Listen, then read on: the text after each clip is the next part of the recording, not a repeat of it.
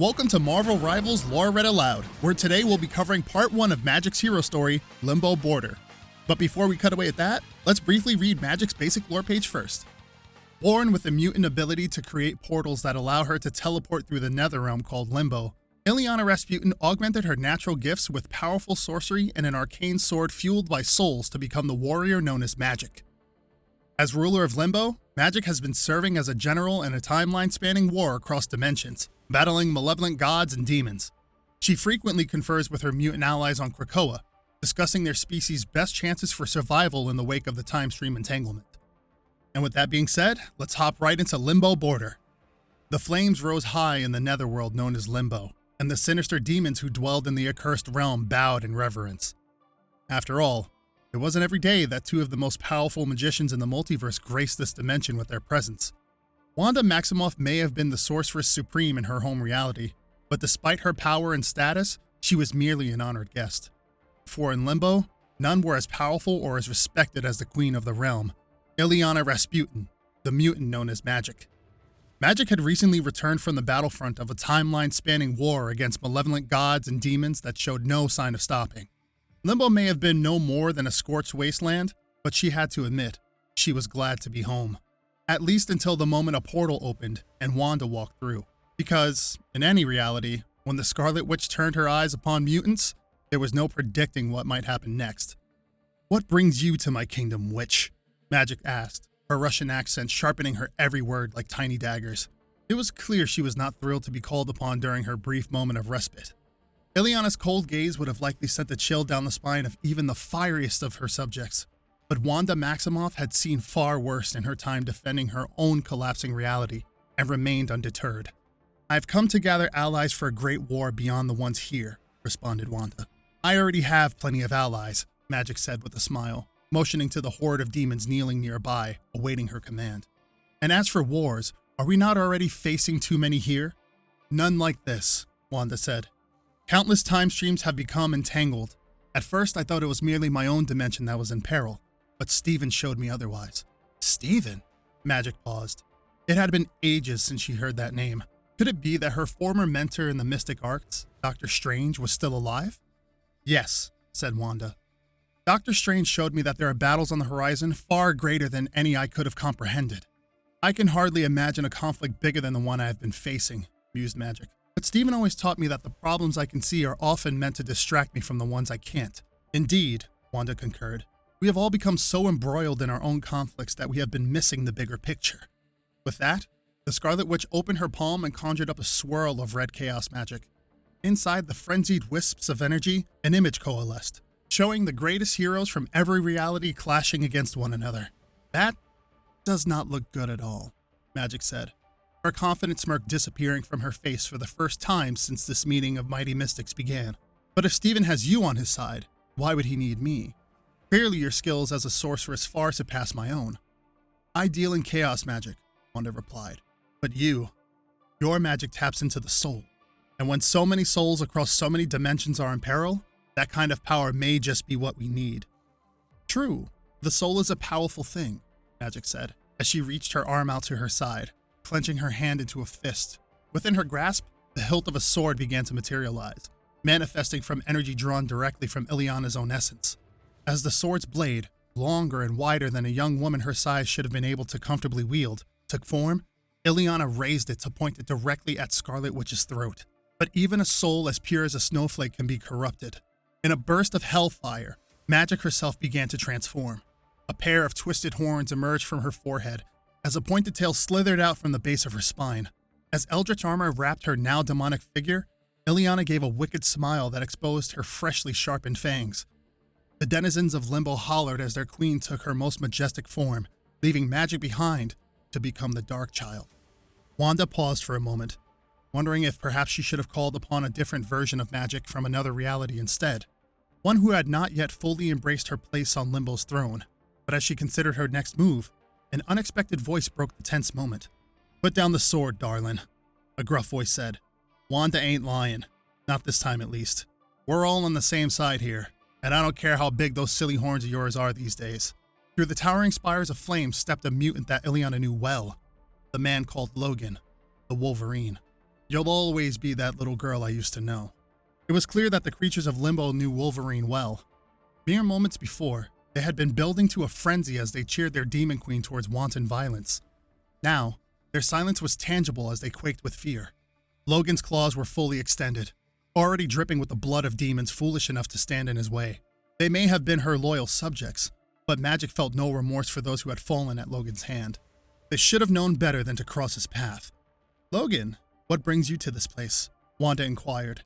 "Search and rescue mission," Logan replied. "We've been gathering lost mutants, bringing them back home to Krakoa. In case you didn't notice, the time stream is a bit of a mess. Krakoa is one of the few places that's still safe in any timeline, at least for the moment." "I hate to disappoint," Magick said, "but I am in no need of sanctuary. I have things under control." "Uh-huh, sure you do, sweetheart," Wolverine replied, his sarcasm palpable. "But I never said I came to get you." "Then who?" Wanda asked curiously. "Just a kid," Wolverine said. "Doesn't even have a code name yet, but she does have some sort of dimensional warping ability. Made a portal and got sucked into it. Lucky for her, the thing stayed open just long enough for me to jump through after her. She's probably terrified being in a lost realm like this," Wanda said. "Imagine the trauma." "I don't have to imagine it," mused Magick. "I lived it myself, and I won't let another mutant go through what I did. Follow me." As Magick began to run, her dark child form receded, and her true self took control once more. "Shouldn't I be the one to lead, darling?" asked Wolverine. "I'm the expert tracker here, and I'm queen of this dimension," replied Magick. "You'll always have my respect, Logan. But in this place, I am in charge. Now be a good boy and try to not disembowel any more of my subjects along the way, would you?" "No promises," Wolverine muttered under his breath as the three heroes rushed across the rocky, fire-strewn landscape in search of the missing mutant. Although they each came to this place for different reasons, the Queen, the Witch, and the Hunter all managed to set aside their personal desires to serve the needs of one missing child. There was no doubt that despite hailing from disparate realities, they all shared the same heroic spirit. "I can sense her presence just ahead," Wanda said, as they reached the mouth of a small cave. "Reality is bending around her, but a simple hex can set that right."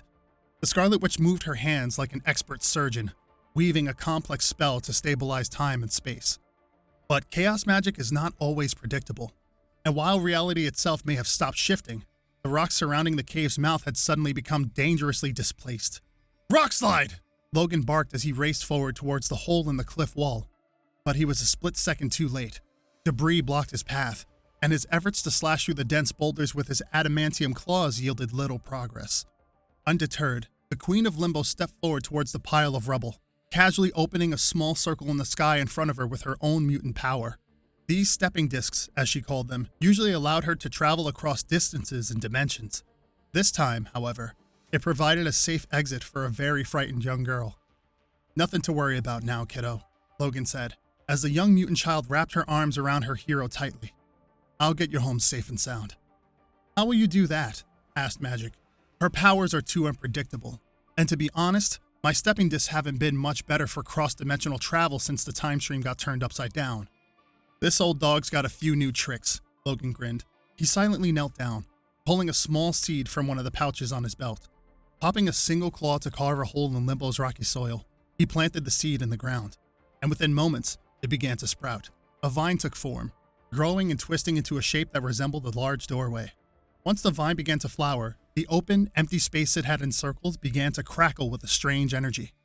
And suddenly, the flames of Limbo were no longer visible on the other side, but rather the sun-kissed shores of the mutant island Krakoa. "Well," Logan said, as he took his young ward by the hand and glanced back at Magick. "You coming or not, Rasputin?" Magick hesitated for a moment. She wished to witness firsthand the safe haven for her people that her old friend had spoken of. Yet she still had a war to fight in another dimension, and more importantly, a critical discussion to finish with the Scarlet Witch. But perhaps this was the very opportunity that Wanda had spoken of. A chance to bring together a mix of forces from across realities to combat the dangers ahead. A chance to make a new kind of magic together. Not magic born from chaos or even the soul, but from the heart. "I will join you," Magick finally replied. "But only if Wanda comes as well."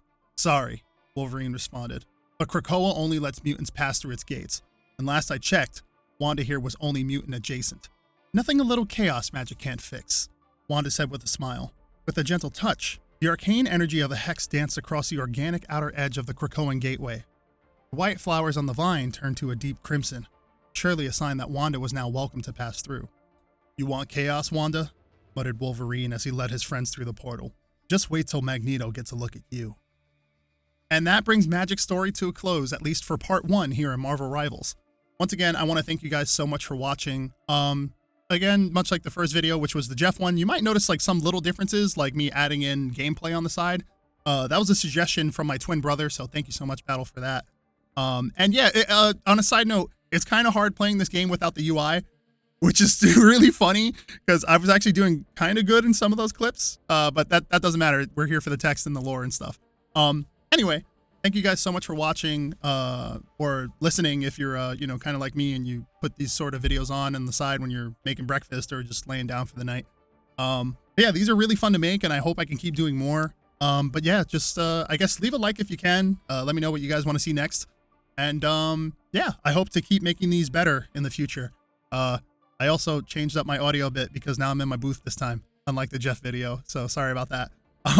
But anyway, thank you guys for everything, and I'll see you in the next one. Bye-bye.